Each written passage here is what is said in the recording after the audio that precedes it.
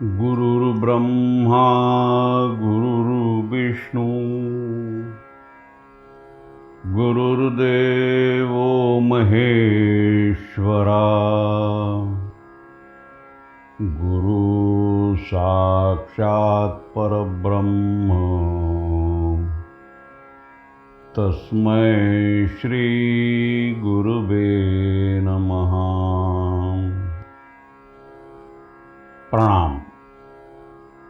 सर्व सद्गुरू भक्तांना माझा मनापासून प्रणाम। श्री प्रल्हाद रामानंदामृत ग्रंथ अध्याय 5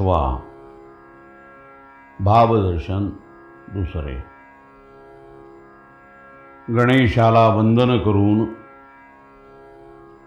आपण भावदर्शन 2 प्रारंभ करूया। कुलगुरू सखाजी शास्त्री यांनी षडांगातील व्याकरणाचा अभ्यास आपल्या गुरुकुलातील विद्यार्थ्यांकडून यथोचित पद्धतीने करवून घेतला आणि अभ्यास पूर्ण झाल्यानंतर ते पुढल्या विषयाकडे वळले। परंतु हे करण्यापूर्वी आपल्याला ही गोष्ट समजून घेतली पाहिजे की कुलगुरू सखाजी शास्त्री यांनी आपल्या विद्यार्थ्यांकडून प्रथमतः वेदांचा, त्यानंतर वेदांगांचा आणि उपवेदांचा असा संपूर्ण अभ्यास करून घेतल्यानंतर आता ते पुढल्या अभ्यासाकडे वळलेले आहेत आणि तो अभ्यास म्हणजे षड्दर्शनांचा। या षड्दर्शनाच्या अभ्यासामध्ये जी दर्शने येतात ती दर्शने आधी पाहूयात। यामध्ये न्यायदर्शन येतं, वैशेषिक दर्शन येतं, सांख्यदर्शन येतं, योगदर्शन येतं, मीमांसा दर्शन आणि वेदांत दर्शन ही ती षड्दर्शने आहेत। आणि या षड्दर्शनांचा जो प्रादुर्भाव झालेला आहे तो प्रादुर्भाव परमेश्वराचं अस्तित्व सिद्ध करण्यासाठी झालेला आहे, आस्तिकतावादासाठी झालेला आहे। याला आस्तिक दर्शने किंवा वैदिक दर्शने असं म्हणतात। त्याही काळामध्ये या मताशी न जुळणारी मते मांडणारी मंडळी होती। त्यापैकी ज्याचा उल्लेख करणे अत्यंत गरजेचे आहे ते म्हणजे चार्वाकांचं जे तत्त्वज्ञान आहे ते अवैदिक दर्शन म्हणून ओळखलं जातं। पुढे जाऊन जैन आणि बौद्ध ही वाङ्मये सुद्धा नास्तिकवादाचा अवलंब करतात आणि म्हणून त्यांना अवैदिक दर्शने असं म्हणतात। गुरुजी पुढे म्हणाले की आजच्या आपल्या प्रवचनाचा प्रारंभ हा न्यायदर्शनापासून होतो। षड्दर्शनामधील हे महत्त्वाचे अंग असून आजपासून आपण त्याचा अभ्यास करणार आहोत। न्यायदर्शन हा शब्द पाहत असताना यामध्ये दोन शब्द असल्याचे आपल्या लक्षात येतं. एका पदावर न्याय हा शब्द आहे, तर दुसऱ्या पदावर दर्शन असा शब्द आहे. या दोनही शब्दांचा अर्थ आधी समजून घेणं हे आपल्या दृष्टीने अत्यंत आवश्यक आहे. न्याय या शब्दाचा अर्थ आस्तिकतावादाचा पुरस्कार करणं म्हणजे न्याय करणं. ईश्वराच्या अस्तित्वाला मान्यता देणं म्हणजे न्याय करणं होय. दर्शन या शब्दाचा अर्थ आहे दृश्यते यथार्थतत्वम् अनेन इति. ज्याच्या योगाने यथार्थ तत्व जाणले जाते त्याला दर्शन असं म्हणतात. तर हे जे दर्शन होत असतं त्या तत्वाचं जे जाणवलं जातं ते गोचर इंद्रियांनी जाणवत नसून त्यासाठी अंतःचक्षू उघडले जायला हवेत. तर जे दिसतं जे जाणवलं जातं त्याला दर्शन असं म्हणतात. तत्वज्ञान साधनम शास्त्रम. दर्शनामध्ये तत्वज्ञान व्हायला हवे, म्हणजे तत्वाचं ज्ञान संपादन करायला हवं. आता तत्वाचं ज्ञान म्हणजे परमेश्वराचं ज्ञान, आणि हे परमेश्वराचं ज्ञान प्राप्त होण्यासाठी म्हणून जे शास्त्र आपल्याला सहाय्य करत असतं त्या शास्त्राला न्यायदर्शन असं म्हणतात. आणि दर्शन या शब्दाचा अर्थ या ठिकाणी असा होतो.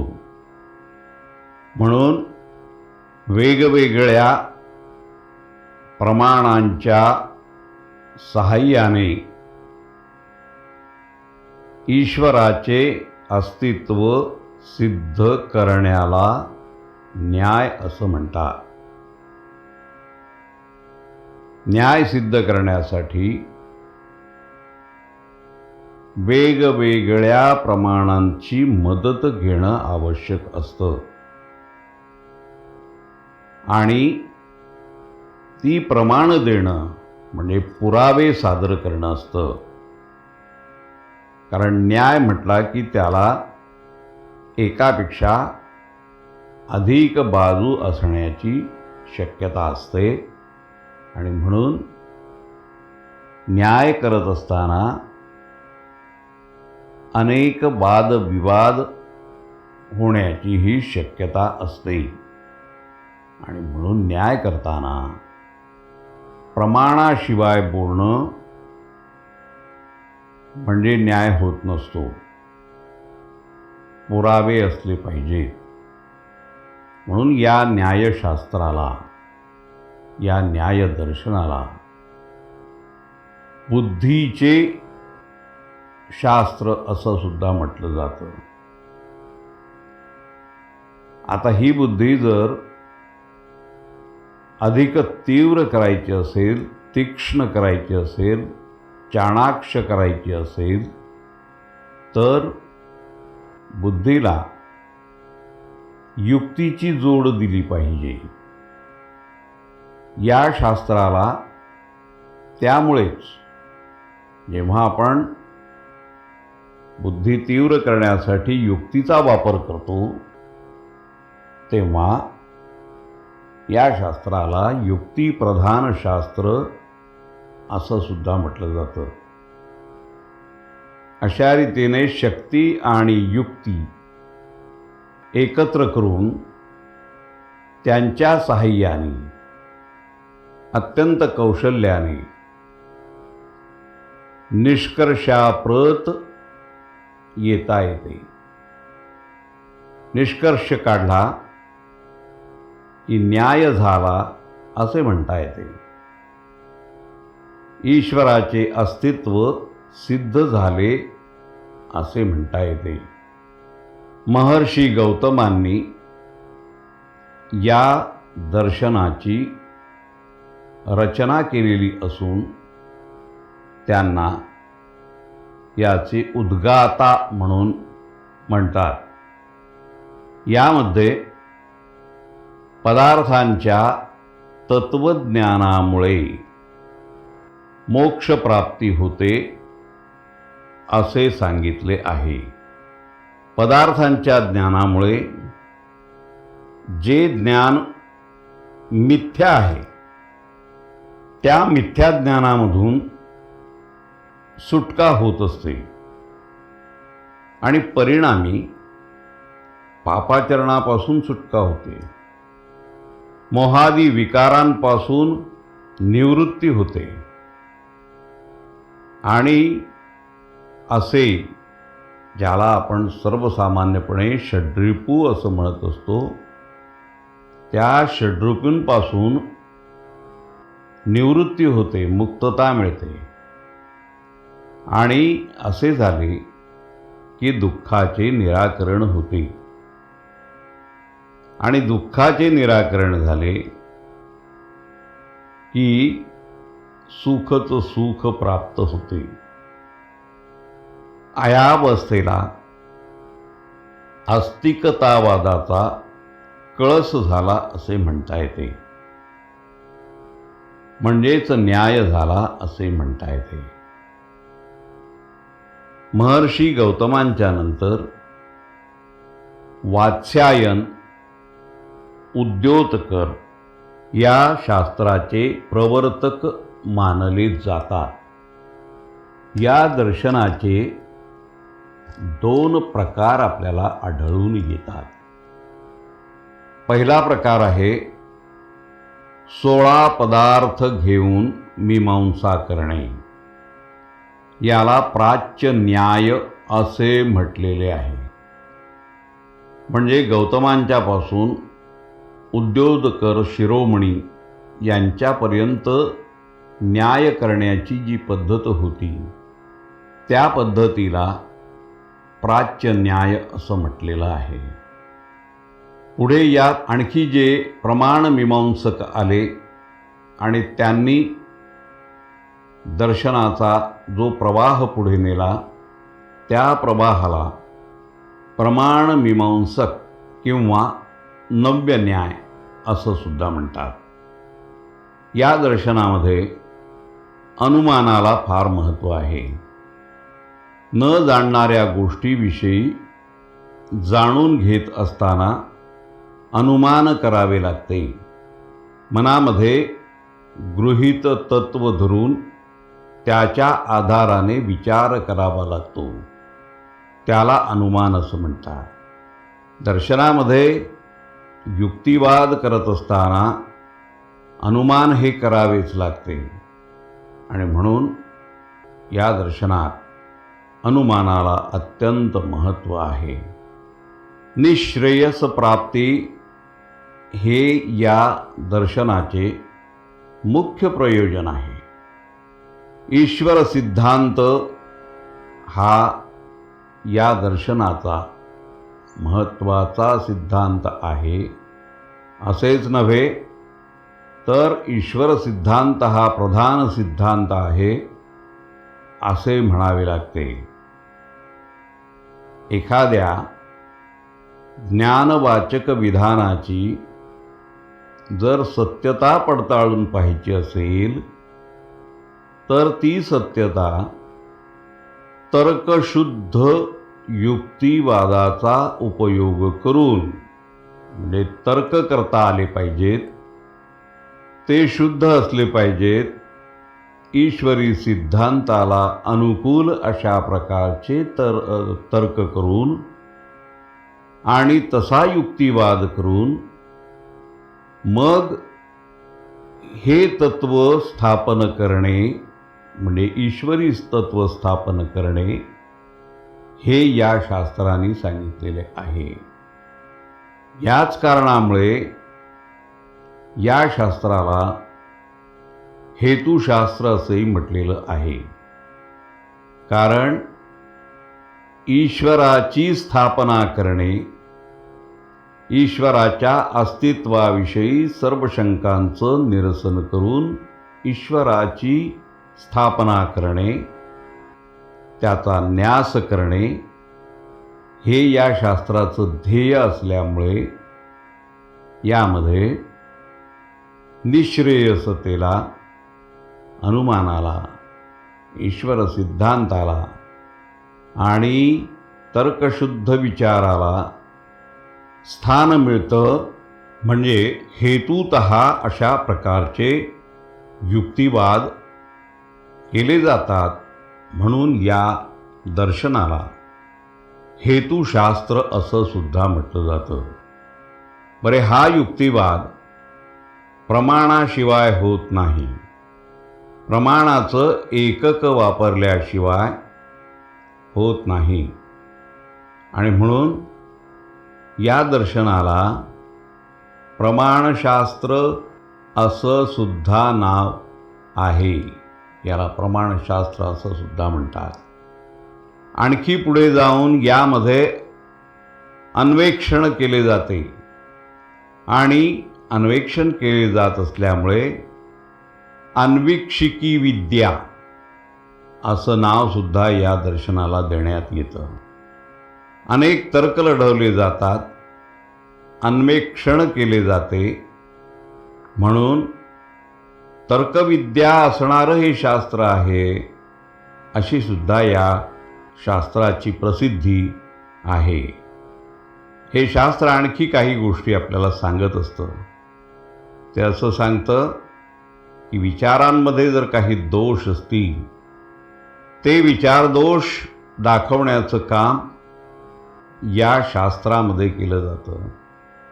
किंवा या शास्त्राचा विचार केल्यानंतर विचारात असणारे दोष हे आपोआपच गळून पडतात. आणि म्हणून तर्कसंगत विचार पद्धतीचे शास्त्र जसे याला म्हणतात, तसंच विचारदोषाचं हरण करणारं सुद्धा हे शास्त्र आहे असं या शास्त्राविषयी म्हणत असतात. या शास्त्रात ज्ञानाची प्रक्रिया सांगितलेली आहे. ज्ञान संपादन करण्याची जी क्रिया असते त्या क्रियेचा अत्यंत सूक्ष्म पद्धतीने अभ्यास या शास्त्रामध्ये केलेला असतो.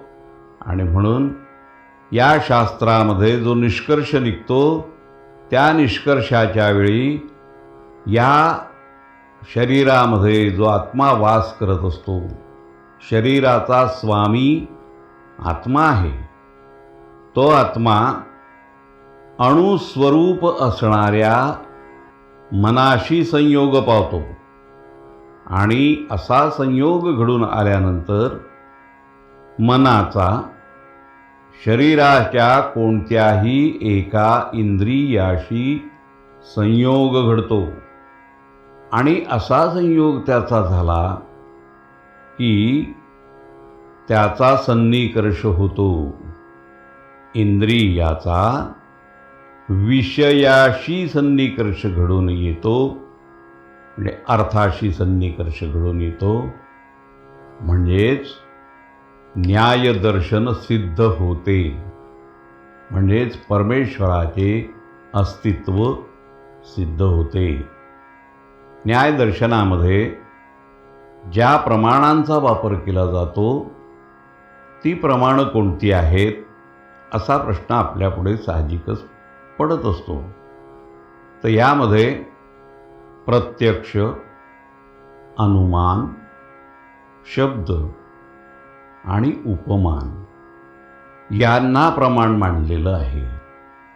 आणि या चार गोष्टींना या शास्त्रामध्ये प्रतिष्ठा प्रदान करण्यात आलेली आहे. आणखी पुढे जेव्हा तरी देखील भ्रम शिल्लक असतात आणि चुकीचं ज्ञान शिल्लक असतं. चुकीच्या गोष्टी गृहीत धरलेल्या असतात. त्या गोष्टी या दर्शनाला अग्राह्य आहेत. त्याचा त्याग या दर्शनाने केलेला आहे. त्या नाकारलेल्या आहेत.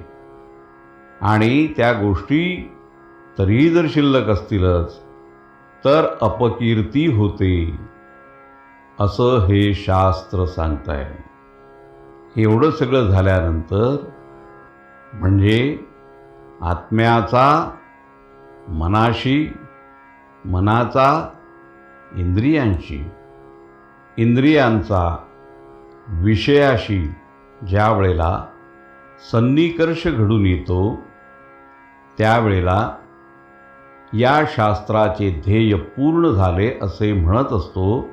म्हणजेच ईश्वराचे अस्तित्व सिद्ध होते.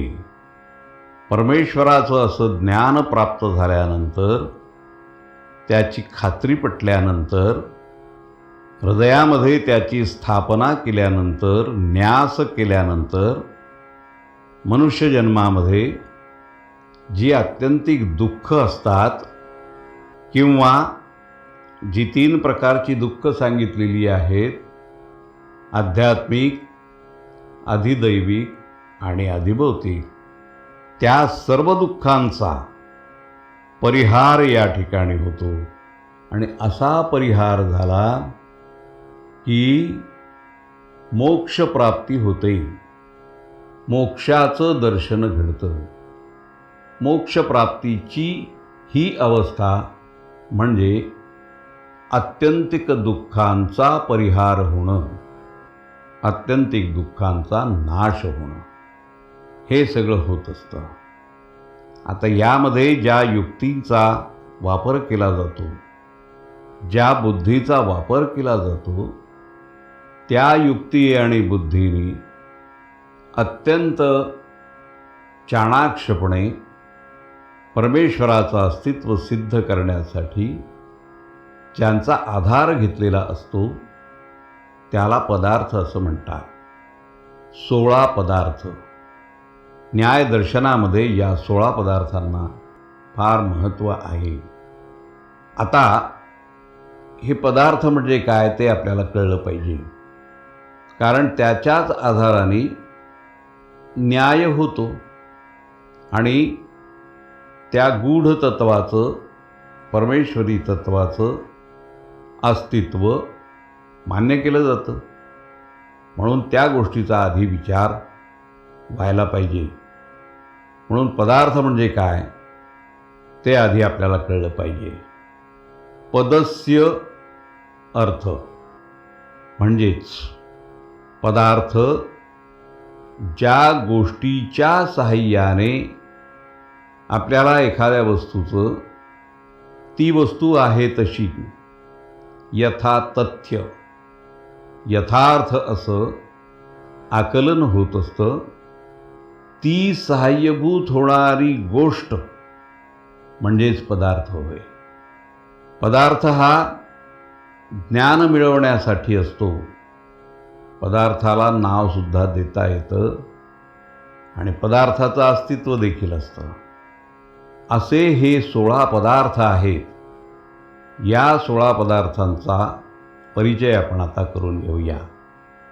या पदार्थांना प्रमाण, प्रमेय, संशय, प्रयोजन, दृष्टांत, सिद्धांत, अवयव, तर्क, निर्णय, वाद, जल्प, वितंडा, हेत्वाभास, छल, वैधर्म्य आणि निग्रहस्थान, याप्रमाणे ही 16 पदार्थ आहेत. आता त्या प्रत्येक पदार्थाची आपण माहिती घेऊ.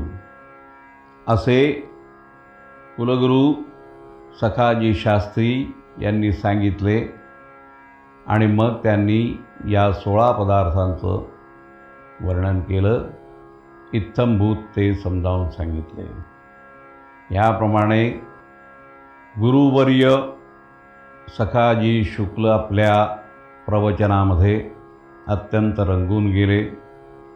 त्यांची भाषा ही अत्यंत प्रवाही, अत्यंत रसपूर्ण, मन अगदी हरवून जाईल अशा प्रकारची शब्दसंगती आणि वर्णन, यामुळे विद्यार्थी या वर्णनामध्ये रंगून गेले, दंग झाले.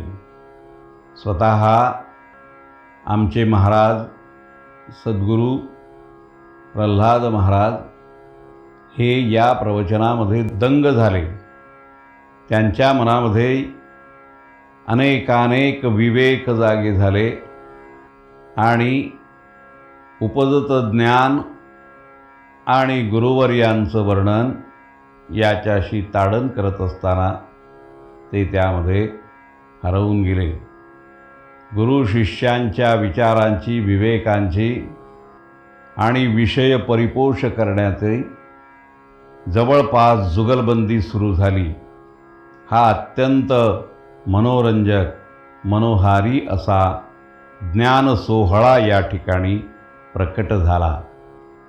अत्यंत रसपूर्ण असं वर्णन, विचारपुष्पांचा सडा जणू त्या ठिकाणी पडलेला होता.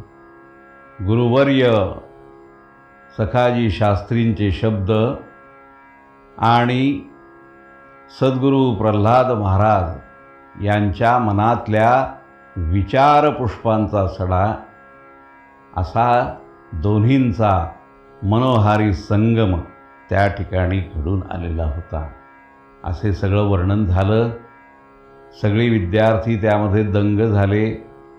असं पाहिल्यानंतर विषय परिपोष झालेला आहे. 16 पदार्थांचं वर्णन देखील त्यांनी करून झालेलं आहे आणि विषय आता आपल्या विद्यार्थ्यांना पूर्णपणे समजला असणार याची खात्री पटल्यानंतर सखाजी शास्त्री अत्यंत आनंदित झाले आणि पुढच्या षड्दर्शनातील अंगाचा विचार करायला प्रवृत्त झाले आणि त्याच क्षणाला त्यांच्या मनामध्ये विजेगत एक विचार चमकून गेला. तो विचार असा की एवढं रसपूर्ण असं विवेचन झाल्यानंतर आणि हे सगळे विद्यार्थी यामध्ये रंगून गेल्यानंतर त्यांना हा विषय किती आकलन याचं झालेलं आहे, किती समजला आहे, हे पाहणं देखील अगत्याचं आहे. म्हणून गुरुजींनी लगोलग एक प्रश्न त्या ठिकाणी उपस्थित केला. गुरुजी आपल्या विद्यार्थ्यांना म्हणाले की हे बघा, आपण आतापर्यंत न्यायदर्शन म्हणजे काय ते पाहिलं, पदार्थ म्हणजे काय ते पाहिलं. न्यायदर्शन हे हेतुशास्त्र कसं आहे, न्यायदर्शन हे अन्वीक्षिकी शास्त्र कसं आहे, न्यायदर्शन हे प्रमाणशास्त्र कसं आहे, न्यायदर्शन हे तर्कविद्याशास्त्र कसं आहे, यामध्ये अनुमानाला कसं महत्त्व आहे, यामध्ये निश्रेयस प्राप्ती हे या शास्त्राचं मुख्य प्रयोजन कसं आहे आणि ईश्वरी सिद्धांत यामध्ये का महत्त्वाचा ठरतो, त्याचबरोबर ज्ञानवाचक विधानाची सत्यता ही तर्कशुद्ध युक्तिवादाच्या आधाराने कशी प्रस्थापित करायची असते, या संबंधीचं सगळं ज्ञान आपण पाहिलेलं आहे. आत्यंतिक दुःखाचा परिहार या शास्त्रामुळे कसा होतो तेही आपण पाहिलेलं आहे. तेव्हा हे माझ्या प्रिय विद्यार्थ्यांनो, मला तुम्हाला हे शास्त्र कितपत कळलेलं आहे ते जाणून घेण्याची इच्छा आहे. तेव्हा मी एक प्रश्न आपल्याला विचारतो. त्या प्रश्नाचं उत्तर मला आपल्याकडून आलं की मी असं समजेन की आजचं हे जे प्रवचन आपल्यासमोर झालेलं आहे, ज्यामध्ये आपणही रंगलेला होतात, मीही रंगून गेलो होतो आणि या शास्त्राचा विचारांच्या बाबतीमध्ये पूर्णत्वाला हे विचार गेलेले आहेत असं आत्ता माझं मत झालेलं असल्यामुळे हा प्रश्न मी आपल्याला विचारित आहे. तेव्हा याचं मला समाधान होईल असं उत्तर आपल्याकडून अपेक्षित आहे.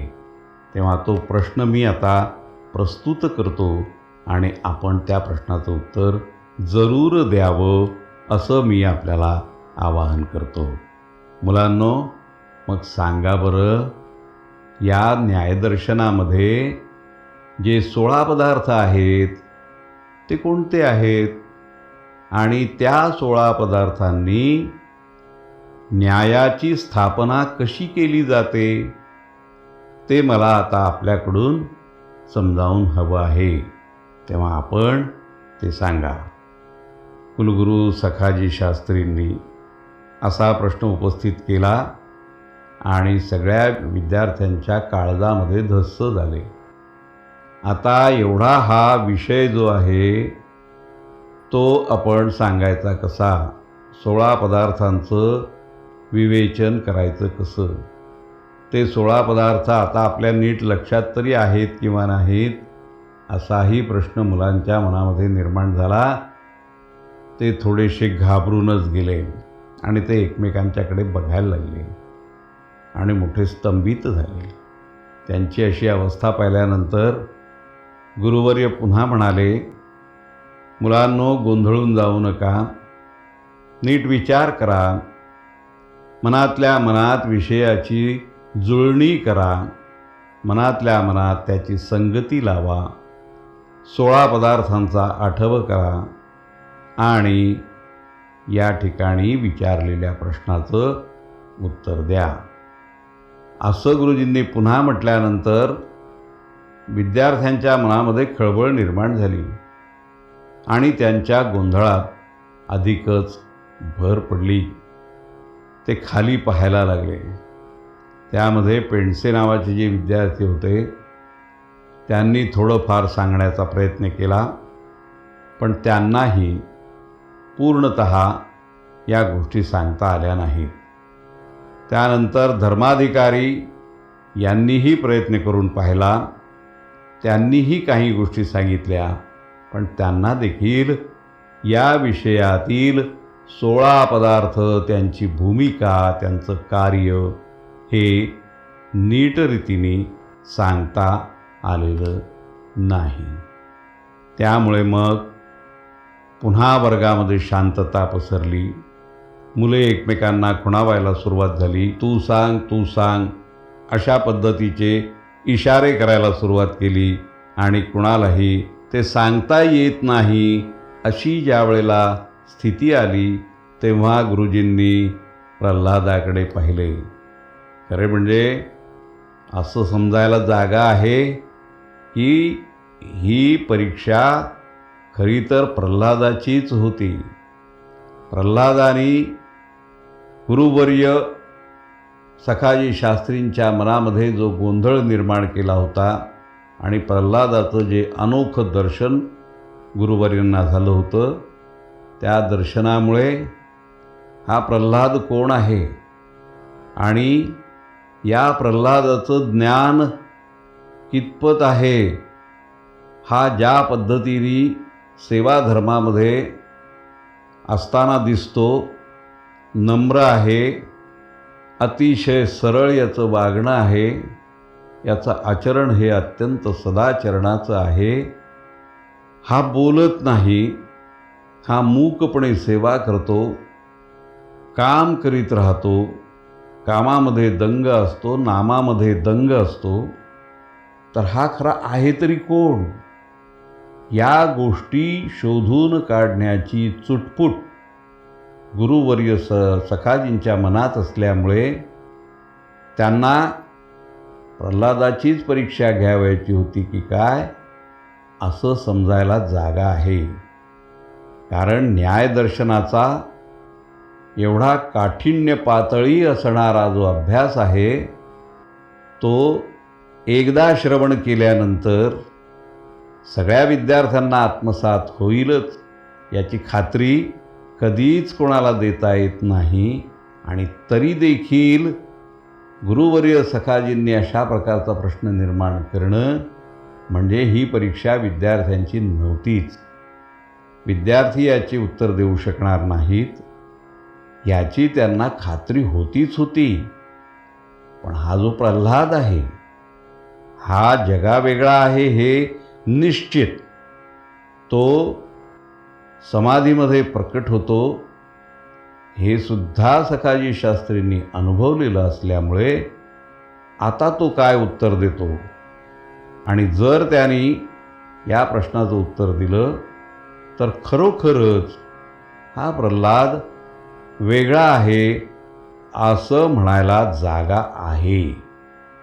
त्याची ही परीक्षा असल्यामुळे जेव्हा सखाजी शास्त्रींनी प्रल्हादाकडे पाहिलं त्यावेळेला आमचे सद्गुरू प्रल्हाद मनोमनी उमगले.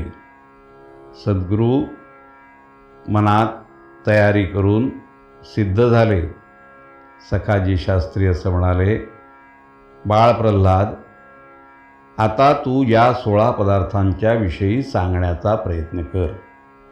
तुझ्याकडून मला न्यायशास्त्रामध्ये या 16 पदार्थांचं जे महत्त्व आहे आणि या 16 पदार्थांचं ईश्वरी सिद्धांत सिद्ध करण्यामध्ये जे सहाय्य होतं, जी त्यांची भूमिका आहे ती स्पष्ट करावीस असं मला वाटतं, आणि म्हणून तू याविषयी सांगावंस असं मी तुला सांगतो. गुरुवर्य सखाजी शास्त्रींनी असे म्हटल्याबरोबर अत्यंत तत्परतेने सद्गुरू प्रल्हाद महाराज, विद्यार्थी अवस्थेमधले प्रल्हाद महाराज नम्रपणाने उभे राहिले. ते गुरुवर्य सखाजी शास्त्रींच्या आसनापर्यंत चालत गेले. त्यांनी प्रणाम केला आणि आपल्या जागेवर येऊन उभे राहून ते या 16 पदार्थांच्या विषयी बोलू लागले. ते असं म्हणाले की गुरुवर्य सखाजी शास्त्री यांनी मला आज्ञा दिली आहे की तू या 16 पदार्थांच्या वरती भाष्य कर. म्हणूनच केवळ मी त्या पदार्थांविषयी सांगण्यासाठी उभा आहे. गुरुवर्यांच्या साक्षीने त्यांच्या उपस्थितीमध्ये त्यांनीच दिलेल्या ज्ञानाचं प्रदर्शन करणं हे खरं तर शिष्य म्हणून मजला अयोग्य आहे. गुरुवर्यांच्या समोर ज्ञानाचं प्रकटीकरण कधीही करू नये अशा प्रकारचं शास्त्रवचन असताना ते त्यांच्याच समोर करण्याची वेळ मजवर आलेली आहे. त्या पद्धतीने मी हे ज्ञान सांगण्याचा प्रयत्न करणार आहे. त्याबद्दल मला गुरुवर्यांनी क्षमा करावी. त्याचबरोबर माझे सहाध्यायी विद्यार्थी यांनी देखील मला क्षमा करावी. असे म्हणून सद्गुरू प्रल्हाद महाराज पुढच्या निवेदनाकडे वळले. असं वाटत होतं की महाराज निवृत्ती यांच्या आज्ञेने प्रत्यक्ष ज्ञानेश्वर या ठिकाणी ज्ञान सांगण्यासाठी उभे आहेत असा भास होईल, असंच ते दृश्य होतं. सद्गुरू प्रल्हाद महाराज म्हणाले की न्यायदर्शनामध्ये 16 पदार्थांचं अत्यंत महत्त्व आहे. त्यांच्याच सहाय्याने न्याय प्रस्थापित होत असतो, म्हणजे ईश्वराचं सान्निध्य आपल्याला लाभत असतं आणि ईश्वर अस्तित्वात असण्यासंबंधीचा सिद्धांत सिद्ध होत असतो. आणि म्हणून या 16 पदार्थांचं या शास्त्रामध्ये अत्यंत महत्त्व आहे. पदार्थ याचाच अर्थ मुळे असा आहे की ज्याच्या साह्यामुळे यथातथ्य आकलन आपल्याला होत असतं.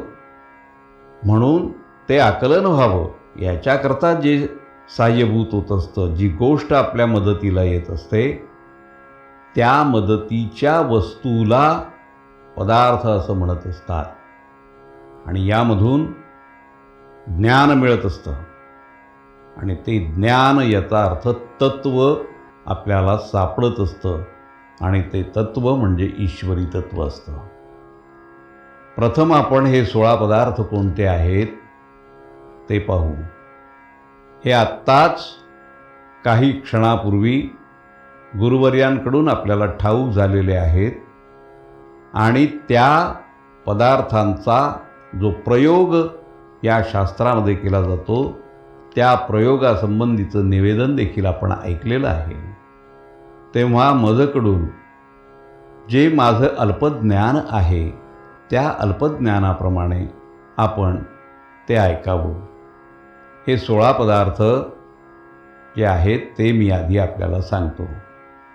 प्रमाण, प्रमेय, संशय, प्रयोजन, दृष्टांत, सिद्धांत, अवयव, तर्क, निर्णय, वाद, जल्प, वितंडा, हेत्वाभास, छल, वैधर्म्य आणि निग्रहस्थान असे हे 16 पदार्थ आहेत. आता या सगळ्या पदार्थांची भूमिका नेमकी काय, ते कसे या शास्त्रामध्ये आपली भूमिका पार पाडतात ते पाहणं हे अत्यंत गरजेचं आहे. कारण त्याशिवाय या शास्त्राचं ध्येय पूर्ण होत नाही. म्हणून आपण ते पाहूया. पहिला पदार्थ आहे प्रमाण. प्रमाण याचा अर्थ काय ते आपण बघू. कोणत्याही वस्तूची ती वस्तू जशी आहे तशी यथास्थिती अनुभूती घेणं हे महत्त्वाचं असतं. ती अनुभूती घेणं, त्या वस्तूचं अस्तित्व जाणवणं याला म्हणतात प्रमा. वस्तूच्या यथास्थिती अनुभूतीला जाणवण्याला प्रमा असं म्हणतात. त्यानंतर अनुभूतीच्या किंवा जाणवण्याच्या ज्या काही साधना असतात, जी साधनं आपण त्याच्यासाठी वापरत असतो त्या साधनांना प्रमाण असं म्हणतात. आता हे प्रमाण याचा अर्थ साध्या आणि सोप्या शब्दामध्ये एकक असणं, मोजण्याचं माप असणं म्हणजे प्रमाण असं म्हणतात.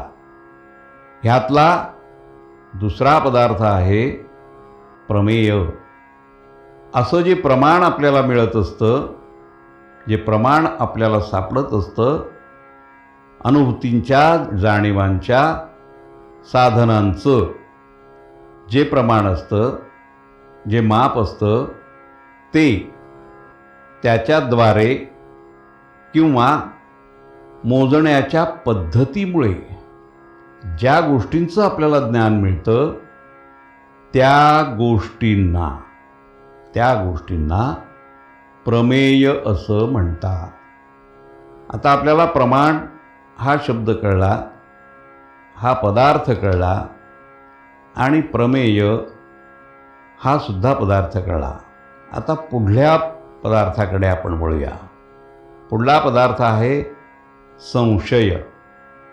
असं ज्या वेळेला प्रमेय सिद्ध होतं तेव्हा सिद्ध झालेलं प्रमेय म्हणजे सिद्ध झालेलं जे ज्ञान असतं त्या ज्ञानामध्ये सुद्धा एकापेक्षा अधिक अनेकानेक मतं असतात, मतांतरं असतात, ती व्यक्त होत असतात.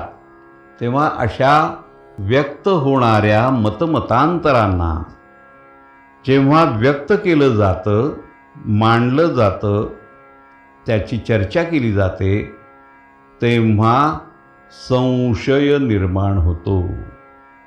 तेव्हा वेगवेगळ्या मतमतांतराच्या प्रकटीकरणाला आणि प्रकटीकरणामुळे जे तयार होतं त्याला संशय असं म्हटलं जातं. चौथा पदार्थ आहे प्रयोजन. तेव्हा असं सगळं झाल्यानंतर, हे सगळं निर्माण झाल्यानंतर त्या ज्ञानामुळे काही लोक उत्साहित होतच असतात. ज्ञान प्राप्त झालं की ज्ञान हे प्रेरणा देणारं असतं, कार्य प्रवृत्त करणारं असतं. तेव्हा काही लोक या ज्ञानप्राप्तीमुळे कार्य करण्यासाठी प्रवृत्त होतात. आणि असे जेव्हा कार्यप्रवृत्त झालेले लोक काही कार्य करू लागतात तेव्हा त्या कार्याला प्रयोजन असं म्हणतात. प्रयोजनानंतर दृष्टांत येतो. असं जेव्हा ज्ञान सिद्ध होतं आणि ते प्रदर्शित केलं जातं, ते ज्ञान दृढ करण्यासाठी, पक्क करण्यासाठी म्हणून उदाहरणं दिली जातात. उदाहरणामध्ये साधर्म्य पाहिलेलं असतंच. उदाहरण हे साधर्म्य पाहूनच दिलं जातं, तेव्हा त्याला दृष्टांत असं म्हणतात. दृष्टांताचा वापर भावार्थ दीपिका सांगत असताना ज्ञानेश्वरांनी खूप मोठ्या प्रमाणात दृष्टांताचा वापर केलेला आहे. त्यातला एक दृष्टांत पाहिल्यानंतर दृष्टांत म्हणजे काय याची आपल्याला कल्पना येऊ शकेल. ज्ञानेश्वरीमध्ये भगवद्गीतेचं ज्ञान समजावून सांगण्याचं धाडस करणं ही मोठीच गोष्ट होती असं ज्ञानेश्वर महाराज सांगतात. कारण ते ज्ञान आधी व्यासांनी सांगितलेलं आहे आणि व्यास हे राजहंस पक्षासारखे आहेत. कारण त्यांचं जे डौलदार चालणं आहे या विषयातलं, त्यांचं जे पदलालित्य आहे या विषयासंबंधी, ती पदं, ती चरणं जी आहेत ती डौलदार आहेत. जणू एखादा राजहंस पक्षी चालावा तशी पावलं त्यांनी टाकलेली इथे दिसतात. म्हणजे तसं वर्णन त्यांनी केलेलं आहे. त्या पद्धतीच्या पदकमलांच्या, त्या चरणांच्या कुसुममाळा तयार करून त्यांनी परमेश्वराच्या गळ्यामध्ये घातलेल्या आहेत. आता आपल्याला अशा कुसुममाला तर घालता येणार नाहीत, पण आपल्या दुर्वा आपल्याला ह्या परमेश्वराला वाहता येतील. तर त्या व्हायच्या की नाहीत यासंबंधी ते म्हणतात की राजहंसाचे चालणे जगी झाली या शहाणे, म्हणून आणिके काय कोणे चालोची नये. अहो, राजहंस पक्षी डौलदारपणाने चालतो म्हणून जगामध्ये आणखी कोणी चालायचं नाही की काय, त्यांनी थांबून राहायचं का. अतिशय दर्जेदार ले व्यासोक्ती कुसुममाला, हा परमेश्वर व्यासांच्या उक्तीच्या या कुसुममाळा आपल्या गळ्यामध्ये घालतो आहे. परी माझी या दुर्वा दळा, पण मी ह्या ज्या दुर्वा त्याला अर्पण करणार आहे त्या दुर्वा दळाला तो नाही म्हणेल की काय, त्या तो स्वीकारणार नाही की काय. या दुर्वा दळा मी श्रद्धेने वाहिलेल्या आहेत, त्यामुळे त्या तो स्वीकारणारच. अशा प्रकारचं उदाहरण देणं म्हणजे दृष्टांत सांगणं आहे. त्याच सारखी दुसरी गोष्ट कथन करणं म्हणजे दृष्टांत देणं आहे.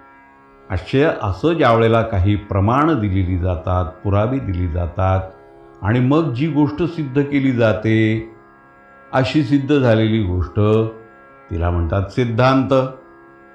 आणि असा सिद्धांत ज्या वेळेला सिद्ध होत असतो त्यावेळेला त्याच्यासाठी अनुमान करावे लागते, काही गोष्टी गृहीत धराव्या लागतात, सांगायला लागतात. आता हे अनुमान कसं करतात त्याचंही एक उदाहरण आपण बघूया. आता समजा दूर एक डोंगर दिसतोय, तिथे दूर दिसतोय, तर आपण असं विधान करतो लगेच, म्हणजेच अनुमान करतो काय, की जिथे जिथे धूर दिसतो तिथे तिथे अग्नी असतो. बघा, अनुमान केलंय, धूर दिसल्यानंतर अनुमान केलंय ते अग्नीचं. म्हणजे बघा, इथे धूर दिसतो म्हणून अग्नी निश्चित असणार, अशा प्रकारचं अनुमान केलेलं आहे. अनुमान करण्याच्या अशा प्रकारची जी वाक्य असतात त्या वाक्यांना आणि त्यांचा जो प्रयोग केलेला असतो त्या प्रयोगांना किंवा त्यांच्या उपयोगांना या शास्त्रामध्ये अवयव असं म्हटलं जातं. ही वाक्य म्हणजे अवयव आहेत असं म्हटलं जातं. अवयव कशाचे? या अनुमानाचे. अनुमान कशाचं? सिद्धांताचं. सिद्धांत कोणता? ते दृष्टांत देऊन आपण पाहिलं आहे, त्याचं प्रयोजन पाहिलेलं आहे. पुढे येतात ते तर्क. तर्काला या ठिकाणी फार महत्त्वाचं मानलं गेलेलं आहे. तर्क केल्याशिवाय कुठलीही गोष्ट सिद्ध करता येत नाही. म्हणून जे तर्कशास्त्र आहे ते सुद्धा अत्यंत महत्त्वाचं आहे. To argue well is the end of logic असं म्हटलं जातं. जे लॉजिक असतं, जे तत्त्वज्ञान असतं, ते तत्त्वज्ञान जर सिद्ध करायचं असेल तर तर्क हे अतिशय प्रखर आणि अतिशय बुद्धिमान अशा प्रकारचे असले पाहिजेत. त्यामुळे एखादी गोष्ट आपल्याला माहीत नाही आणि ती माहीत करून घ्यायची आहे अशी जेव्हा अवस्था असते त्यावेळेला आपण विचार करत राहतो. आणि असा विचार करतो, तो खूप विचार करतो, अगदी बारकाईने करतो. त्या संबंधीच्या सगळ्या बाजू आपण तपासत असतो, पुन्हा पुन्हा पाहत असतो. आणि त्या बाजू जेव्हा सिद्ध होतात त्यावेळेला त्या ठिकाणी तर्काचा प्रादुर्भाव झाला असं म्हणतात. तर्क करत असताना आपण भरपूर चिकित्सा करत असतो, सर्व प्रकारच्या गोष्टींचं आलोडन करत असतो. आणि ते आलोडन झाल्यानंतर त्यातून जो विचार आपण तयार करतो तो असतो तर्क. त्याला तर्क असं म्हटलं जातं. आता तर्क झाला, अनुमान झालं, सारं झालं.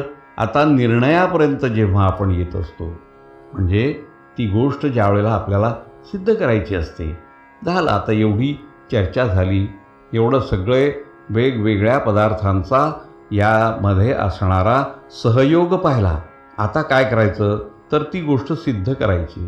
ती जर सिद्ध करायची असेल तर आणखी आपल्या असं लक्षात येतं की ती गोष्ट सिद्ध करत असताना या ठिकाणी एकापेक्षा जास्त बाजू आहेत.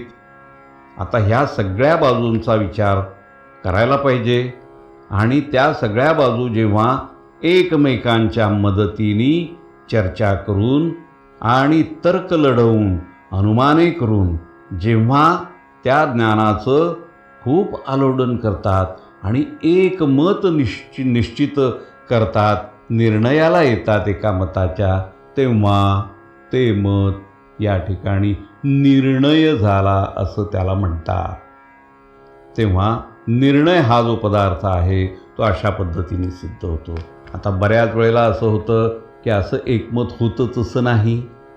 मग पुन्हा चर्चा, पुन्हा तर्क. तेव्हा असं तत्त्व जाणून घेण्याच्या इच्छेने जेव्हा अशा चर्चा होत असतात आणि त्यामध्ये 2 किंवा 2पेक्षा अधिक व्यक्ती असू शकतात आणि मग त्यांच्यामध्ये काय होतं की 2 पक्ष पडतात. आणि 2 पक्ष पडले की त्या पक्षांना पूर्व पक्ष आणि उत्तर पक्ष असं म्हटलं जातं. आणि मग त्यांच्यामध्ये चर्चा घडून येते. तेव्हा अशी चर्चा जेव्हा पूर्व पक्षात उत्तर पक्षामध्ये होत असते तेव्हा या चर्चेला वाद असं म्हणतात. आणि वादामधून निर्णयापर्यंत जाणं अशी ही प्रक्रिया त्या ठिकाणी होत असते. आता अशी प्रक्रिया घडते हे सगळं खरं आहे. पूर्व पक्ष उत्तर पक्ष हे वाद करतात हेही खरं आहे. पण काही वेळेला काय होतं माहिती आहे का? हे वाद करत असतानाची जी अवस्था असते ती टिपेला पोचलेली असते. प्रत्येकजण आपला पक्ष अत्यंत हिरिरीने मांडत असतो, तेव्हा ही जी अवस्था असते चर्चेच्या वेळेसची, या अवस्थेला जल्प असं म्हटलं जातं. आणि असं हे वातावरण जेव्हा तयार होतं, असं जल्प ज्या वेळेला निर्माण होतं आणि या जल्पामध्ये कोणताही पक्ष कोणत्याही मतावरती प्रस्थापित होत नाही, त्याचं मत तो निश्चितपणाने सिद्ध करू शकत नाही, निर्णय लागत नाही. दोन्ही पक्ष अटीतटीने आपापला पक्ष आग्रहाने मांडतच राहतात आणि निर्णय मात्र होत नाही. ही जी निर्णय न होण्याची जी अवस्था असते, त्या अवस्थेला वितंडा असं म्हटलेलं असतं. वितंडाची ही अवस्था आहे, कारण निर्णयाप्रत कोणीही जात नाही. बरं, असा ज्या वेळेला वादविवादाचा प्रसंग असतो, चर्चेचा प्रसंग असतो, तर्क लढवण्याचा प्रसंग असतो, सिद्धांतावर चर्चा करण्याचा प्रसंग असतो, अनुमाने केली जातात, दृष्टांत दिले जातात, तेव्हा वाद करत असताना जो मूळ हेतू ठेवलेला असतो, काही वेळेला जो पूर्वपक्ष किंवा उत्तर पक्ष असतो, त्यांच्यामध्ये आधीच काहीतरी हेतू ठरवलेला असतो आणि याच हेतूपर्यंत आपल्याला या वादाचा निर्णय आणायचा असं त्यांनी ठरवलेलं असतं. तर ही गोष्ट अत्यंत वाईट असते. तेव्हा मूळ हेतूच जेव्हा वाईट असतो, तेव्हा अशा प्रकारचा जो वाद असतो, त्या वादाला हेत्वाभास असं म्हटलं जातं. हेत्वाभास हा जो पदार्थ आहे, तो म्हणून या षड्दर्शनातील न्यायदर्शनातील अत्यंत महत्त्वाचा असा हा प्रकार आहे. आणखी एक गोष्ट असते, ती गोष्ट अशी असते की वाद करणारी जी मंडळी असते, त्यातल्या कोणाचं तरी मत जे असतं, ते मत सरळ पद्धतीने घ्यायचंच नाही, तर त्या मताचा विपर्यास करायचा, त्याचा अर्थाचा अनर्थ करून टाकायचा आणि त्या पद्धतीने ते मत जर आपण स्वीकारलं तर त्याच्यामध्ये एकमत होण्याची शक्यताच नसते, कारण मुळातच त्या वाईट मताचा प्रादुर्भाव झालेला असतो आणि मनामध्ये हेतू ठेवलेला असतो, वाईट कल्पनांचाच त्या ठिकाणी विचार होतो आणि म्हणून याला छल असं म्हटलं जातं. असा छल ज्या वेळेला होतो, तेव्हा वाद घालणाऱ्या व्यक्तींच्या बोलण्यामध्ये काय होतं की ते वाक्यातले दोष काढायला लागतात एकमेकांच्या, आणि असे दोष काढले आणि दोष काढून जर चर्चा सुरू झाल्या तर मग वाद हा वाद राहत नाही, तिथे वादंग तयार होतं आणि असं वादंग तयार झालं की अशा प्रकारच्या चर्चा करण्याची जी प्रवृत्ती असते, त्या प्रवृत्तीला वैधर्म्य असं म्हणतात. ही धर्म्य चर्चा नव्हे, धर्माला अनुसरून झालेली ही चर्चा नसल्यामुळे याला वैधर्म्य असं म्हटलेलं असतं. तेव्हा हाही पदार्थ अशा वेळेला आपल्याला विचारात घ्यावा लागतो. आणि सगळ्यात शेवटचा पदार्थ आहे तो निग्रहस्थान. बघा, अशा प्रकारचं ज्ञानाचं तत्त्व हुडकून काढण्याच्या या वादामध्ये जेव्हा वादी आणि प्रतिवादी हे दोनही पक्षांचे अध्वर्यू मूळ ज्ञानच विपरीत करून टाकतात, ते अज्ञानानेच भरलेलं असतं दोन्ही पक्षांचं आणि अज्ञानाने ते चर्चा करत असतात आणि मतमतांतर त्या ठिकाणी मांडत असतात. ज्ञान असो अगर नसो बेधडक विधानं करत राहतात. असं ज्या वेळेला होतं त्यावेळेला तिथे सगळा अज्ञानाचा बाजार भरलेला असतो आणि तो जो काही तिथे निष्कर्ष होण्याचा प्रश्नच येत नाही, निर्णयाला कोणी येऊच शकत नाही, कारण अज्ञान हे कधीही एकमत होऊच देत नाही. तर अशा वेळेला त्या प्रसंगाला निग्रहस्थान असं म्हटलेलं जातं. निग्रहस्थान. तेव्हा असे हे 16 पदार्थ या ठिकाणी गुरुवर्य शास्त्रीजींकडून जे मला अवगत झाले, ते अवगत झालेले पदार्थ मी आपल्यापुढे यथाशक्ती माझ्या ज्ञानानुसार मांडलेले आहेत. तेव्हा गुरुजींनी हे जे ज्ञान आम्हाला या ठिकाणी दिलेलं आहे, ते ज्ञान त्यांनी प्रदान केलं त्याबद्दल माझ्या मनामध्ये अतीव आदर आहे. तो आदर मी या ठिकाणी व्यक्त करतो आणि गुरुजींची आज्ञा झाली म्हणूनच मी हे जे माझं अल्पज्ञान मला प्राप्त झालं, जे त्यांच्याचकडून प्राप्त झालेलं आहे, ते जमेल तसं या ठिकाणी मी मांडलेलं आहे. ते आपल्याला कळलं असेल अशी मी माझ्या मनाची समजूत करून घेतो. आणि गुरुजींचा जर माझ्या बोलण्यामुळे काही अधिक्षेप झाला असेल अशी भीती मला वाटते की बोलताना त्यांना जर मी काही दुखवलं असेल तर त्याबद्दल मी गुरुजींची सुद्धा माफी मागतो, क्षमा मागतो. ते माझे पितृस्थानी आहेत. गुरुजी माझ्या पितृस्थानी असल्यामुळे ते मला क्षमा करतीलच याची मला खात्री आहे. मी तशी त्यांना विनंती करतो असं आमचे सद्गुरू प्रल्हाद महाराज म्हणाले आणि ते शांत झाले. आपल्या असं लक्षात येईल की गुरुकुलातल्या या वळणावरती जो अत्यंत कठीण असा अभ्यासक्रम या मुलांनी इथे शिकलेला आहे, आत्मसात केलेला आहे.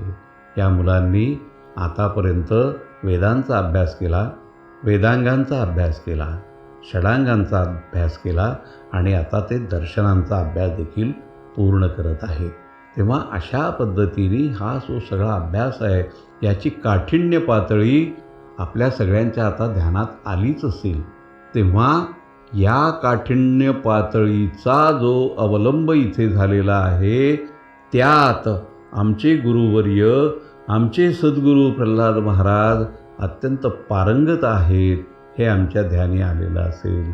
त्यामुळे त्यांची बुद्धिमत्ता किती तीव्र असणार, शक्ती, बुद्धी, युक्ती सगळं एकवटून या ठिकाणी ते किती प्रयत्न करत असणार ह्या गोष्टीची आम्हाला या ठिकाणी कल्पना येते. त्याचा आम्ही बारकाईने अभ्यास केला पाहिजे आणि या कष्ट घेतल्याशिवाय फलप्राप्ती होत नाही, विद्या प्रसन्न होत नाही, ही गोष्ट आमच्या लक्षात आलेली असणारच असणार.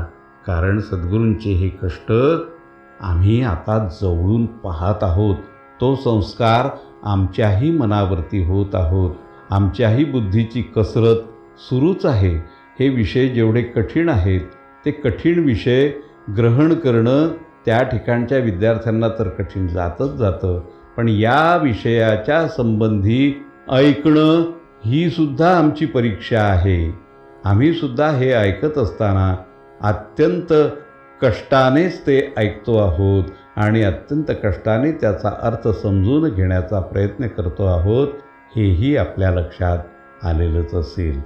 सद्गुरू प्रल्हाद महाराज यांनी अशा प्रकारचं विवेचन केल्यानंतर ते आपल्या जागेवरती शांतपणाने जाऊन बसले आणि ते बसल्यानंतर आता यावर गुरुवर्य सखाजी शास्त्रींची प्रतिक्रिया काय येते याची ते वाट पाहत होते. तेवढ्यात चमत्कार झाल्याप्रमाणे गुरुवर्य सखाजी शास्त्री त्यांच्या जवळ आले आणि त्यांनी हृदयाशी अगदी घट्ट धरलं. फार प्रेमाने त्यांनी जवळ त्यांना घेतलेलं आहे आणि आशीर्वाद दिलेले आहेत. प्रल्हादा, तू फार सुंदर या सगळ्या पदार्थांच्या विषयी सांगितलेलं आहेस. मला अत्यंत प्रसन्नता लाभलेली आहे. मला माझ्या शिकवण्याचा या ठिकाणी सार्थक झालेलं आहे असं वाटतं आहे रे प्रल्हादा.